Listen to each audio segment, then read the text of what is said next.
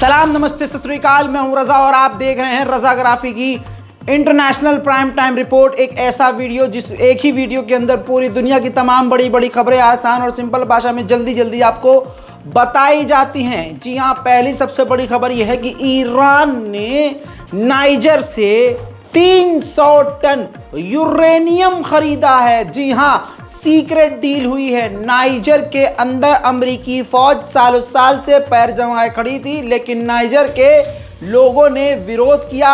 अमेरिकी सेना पर खतरनाक हमले किए। थक हार कर अमेरिका की सेना नाइजर से निकल रही है। इसी दौरान नाइजर ने डील करी है ईरान से। ईरान ने कहा कि 300 टन आप हमें यूरेनियम दीजिए। यूरेनियम वो होता है जिसका इस्तेमाल परमाणु बनाने के लिए, परमाणु हथियारों के लिए किया जाता है। 300 टन यूरेनियम नाइजर से ईरान ने खरीदा है, जिसके बदले ईरान ने कहा है कि हम नाइजर को, यानी नाइजर की डील है, ईरान की डील है कि 300 टन नाइजर से ईरान यूरेनियम ले रहा है, जिसके बदले मिसाइल, ड्रोन और ईरान अपने हथियार नाइजर को देगा। ये सीक्रेट डील है, छुपकर डील करी थी, खुल्लम खुल्ला नहीं। लेकिन ये रिपोर्ट सामने आने के बाद America, Germany, France, Britain, Israel सख्ते में आ गए हैं कि ईरान पहले से ही यूरेनियम का संवर्धन ज़्यादा कर रहा था। शहीद इब्राहिम रईसी की मौत के बाद अचानक से ये क्या हुआ कि इतना ज़्यादा यूरेनियम अचानक से नाइजर से ईरान ने खरीद लिया है। दूसरा टाइटल इसका ये भी हो सकता है, दूसरा सीधा मतलब ये भी हो सकता है कि ईरान परमाणु बम बनाने की तरफ काफ़ी तेज़ी से आगे बढ़ रहा है। हजरात, ईरान में बहुत बड़ा हेर फेर हो गया है। अहमदीनेजाद को एक बार फिर से राष्ट्रपति चुनाव के लिए ब्लॉक कर दिया गया है। आपकी स्क्रीन पर ये वो कैंडिडेट हैं जो राष्ट्रपति चुनाव के लिए खड़े हो रहे हैं। ये तमाम चेहरे दिमाग में बैठा लीजिए। पहले हैं मुस्तफ़ा पौर मोहम्मदी, दूसरे हैं former minister of health Masoud Pezeshkian, तीसरे हैं first deputy speaker of parliament Amir Hossein, और चौथे हैं mayor of Tehran Ali Reza Zakani, और पांचवा जो चेहरा है सईद जलीली, और छठा चेहरा है मोहम्मद बाग़िर गलबैफ। ये स्पीकर ऑफ पार्लियामेंट हैं। हज़रात मोहतरम, यही वो चेहरे होंगे जिनमें से कोई एक राष्ट्रपति बनेगा।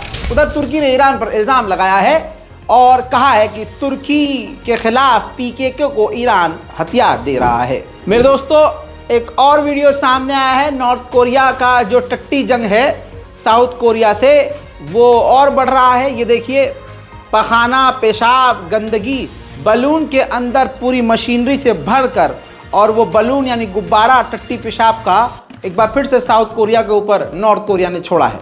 उधर किम जोंग उन की बहन ने साउथ कोरिया को धमकी दी है कि जिंदगी जहन्नम बना देंगे। आज उन लोगों की जिंदगी ये है, डेली का रूटीन ये है कि वो टॉयलेट पेपर इस्तेमाल कर रहे हैं रोज टट्टियां उठाने के लिए। उधर मेरे दोस्तों, साउथ कोरिया ने भी एक नया खेल खेला है। तस्वीर ये देख लीजिए। साउथ कोरिया ने नॉर्थ कोरिया के बॉर्डर की तरफ खतरनाक माइक और मल्टीपल स्पीकर लगा दिए हैं और सायरन बजाकर, शोर मचाकर, ध्वनि प्रदूषण करके नॉर्थ कोरिया को परेशान कर रहा है। इसके बाद नॉर्थ कोरिया ने भी भाई साहब बॉर्डर पर स्पीकर लगा,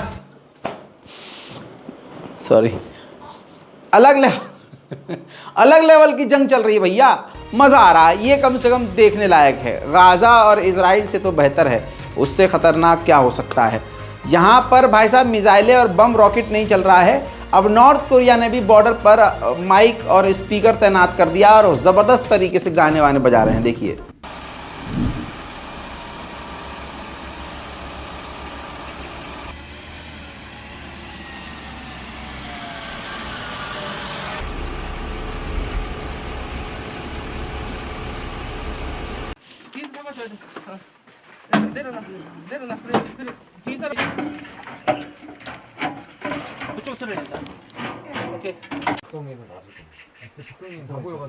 उधर मेरे दोस्तों, अफगानिस्तान और पाकिस्तान के बीच बहुत बड़ा तनाव बढ़ने की संभावना है। तालिबान की तरफ से पाकिस्तान के बॉर्डर के अंदर हमला हुआ, बमबारी हुई, जिसमें 7 पाकिस्तानी फौजियों के मारे जाने की यानी मौत की खबर है और कई घायल। उधर पाकिस्तानियों की हालत और पतली होने वाली है। इंटरनेशनल बैंक IMF ने पाकिस्तान की शहबाज शरीफ सरकार से कहा है कि लोन आपको दिया है और भारी लोन आपको चुकाना है और आगे आप और भी लोन मानेंगे, इसलिए हमारी शर्त यह है कि आपको पाकिस्तानियों के ऊपर टैक्स बढ़ाना होगा। उधर मेरे दोस्तों, प्रधानमंत्री भारत के जब तीसरी बार शपथ लेकर प्रधानमंत्री बन गए मोदी, तो पाकिस्तान के नवाज शरीफ ने ट्वीट करके भारत के प्रधानमंत्री मोदी को मुबारकबाद देते हुए विश किया, लेकिन उसके अंदर मेन लाइन यूज करी कि आइए नफरत के बदले उम्मीद पैदा करते हैं। जिसके बाद मोदी जी ने अपनी 56 इंच की छाती पाकिस्तान के गवर्नमेंट से और पाकिस्तान की छाती से मिला दी, तुरंत रिट्वीट किया और बहुत मोहब्बतों का स्वागत करते हुए कहा कि हम हमेशा शांति चाहते हैं, हम पीस चाहते हैं और भारत हमेशा शांति की तरफ रहा है और आपने जिस तरह से हमें विश किया है हम बड़े इस बात के लिए खुश हैं, बहुत बहुत आपका धन्यवाद। यानी पाकिस्तान के आगे भी मोदी नतमस्तक होते हुए, नरम पड़ते हुए नजर आ रहे हैं। अब इसके बाद देखिए, पाकिस्तान के प्रधानमंत्री जो फिलहाल शहबाज शरीफ हैं, उन्होंने भी मुबारकबाद पेश की है, जिसका स्पेशल धन्यवाद जो है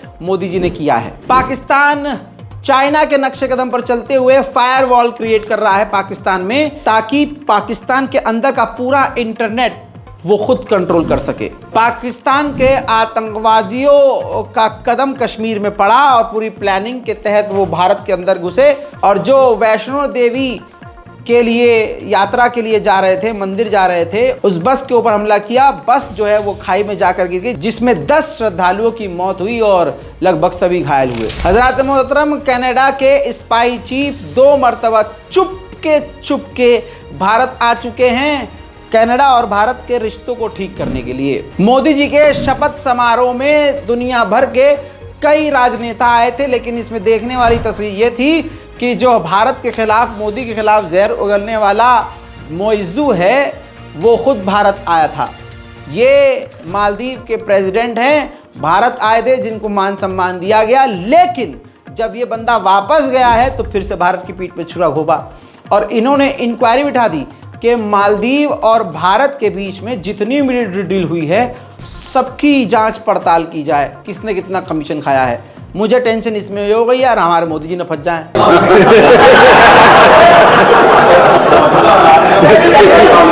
बांग्लादेश की प्रधानमंत्री इस मौके पर भारत आई थी और स्पेशली उन्होंने टाइम निकाला और राहुल गांधी यानी गांधी के परिवार से वो जाकर स्पेशली मिली। भौकाल है भाई अब विपक्ष का। 400 पार गधे के पिछवाड़े में गया, 400 पार। देखो प्लीज।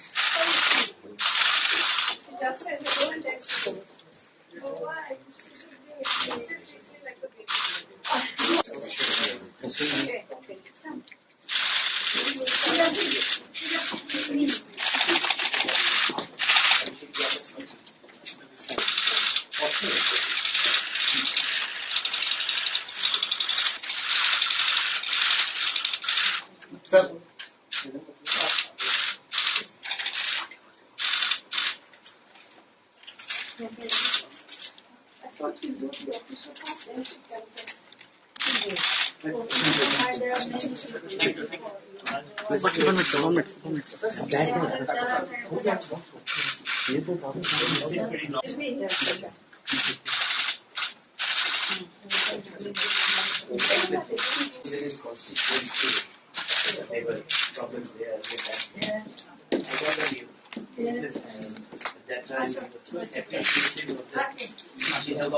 उधर पाकिस्तान के प्रधानमंत्री शहबाज शरीफ चाइना पहुंचे हुए हैं, वो काफ़ी दिनों से चाइना में हैं। ऐसे में पाकिस्तान ने चीन में जाकर कश्मीर का मुद्दा उठाया, जिस पर ऑब्वियसली चीन ने पाकिस्तान का साथ दिया और कहा कि भारत एक तरफा फैसले नहीं ले सकता है, यूएन के अंदर ही कश्मीर और पाकिस्तान का और भारत का मुद्दा हल किया जाएगा।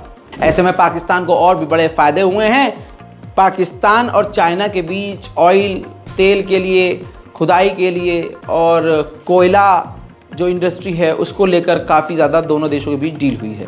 वहीं पाकिस्तान 1000 पाकिस्तानी जो छात्र हैं उनको चाइना भेजेगा खेती बाड़ी सीखने के लिए। वहीं अमेरिका ने ताइवान की मदद के लिए मिसाइलों को और हथियारों को इकट्ठा करना शुरू कर दिया है। ऐसा लग रहा है कि ताइवान और चीन को भिड़वा कर ही अमेरिका मानेगा। इसके अलावा अमेरिका चाहता है जापान से कि वो मिसाइल के प्रोडक्शन को बढ़ाए, साथ में वॉरशिप और जहाज़ों के रिपेयरिंग सेंटर को, यार्ड को क्रिएट करे, बनाए, ताकि जंग के दौरान ताइवान की मदद की जा सके। हाइपरसोनिक मिसाइल को कोई ट्रैक नहीं कर सकता, ये हाइपरसोनिक मिसाइल की खासियत होती है, लेकिन अमेरिका ने इसको भी ट्रैक करके एक बड़ी कामयाबी हासिल कर ली है। कहा जा रहा है कि हाइपरसोनिक मिसाइल को अंतरिक्ष से अमेरिका ने ट्रैक किया है। मेरे दोस्तों, तालिबान को एक बड़ी कामयाबी मिलती हुई नजर आ रही है, जिसको कल तक आतंकी संगठन कहा जाता था, आज वही तालिबान सितारा बन के चमक रहा है। यूएनएससी ने तालिबान के गृह मंत्री हक्कानी के ऊपर से ट्रैवल बैन हटा दिया है। इनके ऊपर ट्रैवल बैन लगा हुआ था, ये कहीं नहीं जा सकते थे। जैसे ही ट्रैवल बैन हटा, तालिबान के गृह मंत्री हक्कानी सऊदी अरब हज करने पहुंच गए, जहां उनका एक स्टार की तरह स्वागत किया गया। हज़रात मोहतरम, तालिबान बहुत तेज़ी से चमक सकता है। सिर्फ 10 दिन के अंदर $71 मिलियन से ज़्यादा पैसा तालिबान ने सिर्फ 10 दिन में कमाया है, सिर्फ कुछ ही क्रूड ऑयल बेचकर। मुंबई एयरपोर्ट बड़े हादसे से बचा। ये तस्वीर देखिए, एक सेम रनवे से जैसे ही जहाज़ उड़ा, पीछे कुछ ही दूरी पर उसी वक्त दूसरा जहाज़ लैंड कर गया। ज़रा सा और कुछ गड़बड़ होता तो ये दोनों जहाज़ टकरा सकते थे, जिसके बाद उस जगह के एयर ट्रैफिक कंट्रोलर को सस्पेंड कर दिया गया है। अफ्रीका के एक और देश बुर्किना फासो को चाइना ने भारी भरकम हथियार डील के मुताबिक दे दिए हैं। बुर्किना फासो को अब बड़े मात्रा में चाइना के हथियार मिल चुके हैं। अमेरिका के सेनेटर ने इंटरव्यू में बड़े ही सीधे साधे लफ्ज़ों में कह दिया कि यूक्रेन ट्रिलियंस ऑफ मिनरल्स पर बैठा हुआ है, यानी यूक्रेन की सरजमीन में अंधा पैसा है, यानी तेल, ईंधन, नेचुरल गैस, और हम नहीं चाहते कि वो सब रशिया को मिल जाए, यानी रशिया यूक्रेन पर कब्जा कर ले, हम ये नहीं चाहते। इसके बाद वो तमाम चीज़ें, वो जो नेचुरल चीज़ें ज़मीनों के अंदर से निकलेगी, वो रशिया इस्तेमाल करे और चीन के साथ शेयर करे। वहीं मेरे दोस्तों, ताज़ा फुटेज है क्यूबा की। ये देखिए, क्यूबा पहुंच चुका है रशिया की नेवी का एक बड़ा युद्धपोत। इसके साथ सबमरीन के अलावा और भी हथियार क्यूबा रशिया के पहुंच रहे हैं। क्यूबा के साथ और भी देशों के साथ मिलकर रशिया नेवी ड्रिल करने वाला है। साथ ही रशिया का एक युद्धपोत इजिप्ट पहुंचा है। इजिप्ट के साथ रशिया की नेवी ड्रिल करेगी, ये खबर अच्छी है। उधर रशिया ने इस जंग के दौरान खतरनाक एक और हथियार का आविष्कार किया है। स्क्रीन पर देखिए, रिमोट से चलने वाला टैंक जो हथियार भी दागता है, यानी बमबारी भी करता है, और इसको रिमोट से कंट्रोल किया जाता है। बहुत जल्द कहा जा रहा है यूक्रेन की जंग में ही इसका इस्तेमाल शुरू होगा। तुर्की के पत्रकार से व्लादिमीर पुतिन ने कहा कि अपने राष्ट्रपति एर्दोगान को बताओ कि जिस यूक्रेन की आप मदद कर रहे हैं, उसी यूक्रेन ने तुर्की और रूस की गैस पाइपलाइन पर कई बार हमला करने की कोशिश की है, जिसे हमने रोका है। हजरात मोहतरम, ये तस्वीर देखिए, रूस के अंदर की है। यूक्रेन रशिया के अंदर हमला कर रहा है, रूस के अंदर एक थिएटर के ऊपर हमला। हजरात मोहतरम, वहीं रशिया अब एक कदम और आगे बढ़ गया है।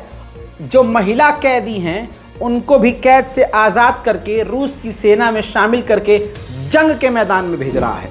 उधर रूस को एक कामयाबी ये मिली कि डोनेस्क के यूक्रेन के इलाके के एक और गांव पर रशिया ने कब्जा कर लिया है। खबर बहुत बड़ी आ रही है कि नेटो परमाणु हथियार रशिया के करीब तैनात कर रहा है। ये खबर मिलते ही रशिया ने आनन फानन अपनी ICBM यानी खतरनाक परमाणु मिसाइल क्यूबा, मैक्सिको और वेनेजुएला में तैनात करने की तैयारी शुरू कर दी है। ये जंग काफ़ी ज़्यादा बढ़ने वाली है। रशिया पूरी तरह से बौखला सकता है।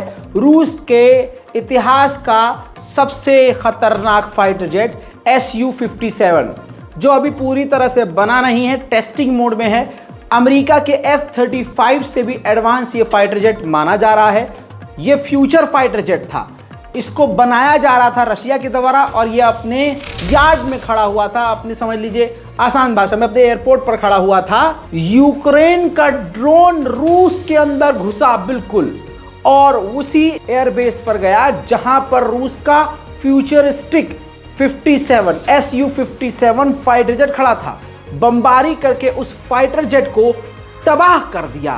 रूस का भविष्य वाला फाइटर जेट आग हो गया। उधर यूक्रेन को तगड़ा झटका देते हुए जर्मनी, इटली और स्पेन ने साफ इनकार कर दिया है कि हम यूक्रेन में अपना कोई भी सैनिक तैनात नहीं करेंगे। उधर मेरे दोस्तों, यूरोप के देशों ने, वेस्टर्न देशों ने यूक्रेन को परमिशन दे दी है कि आप हमारे हथियारों का इस्तेमाल रूस के 16% अंदर टेरिटरी पर हमला करने के लिए इस्तेमाल कर सकते हैं। उधर यूक्रेन ने रूस के इलाके बेलगरोड पर खतरनाक हमला कर दिया है। देखिए,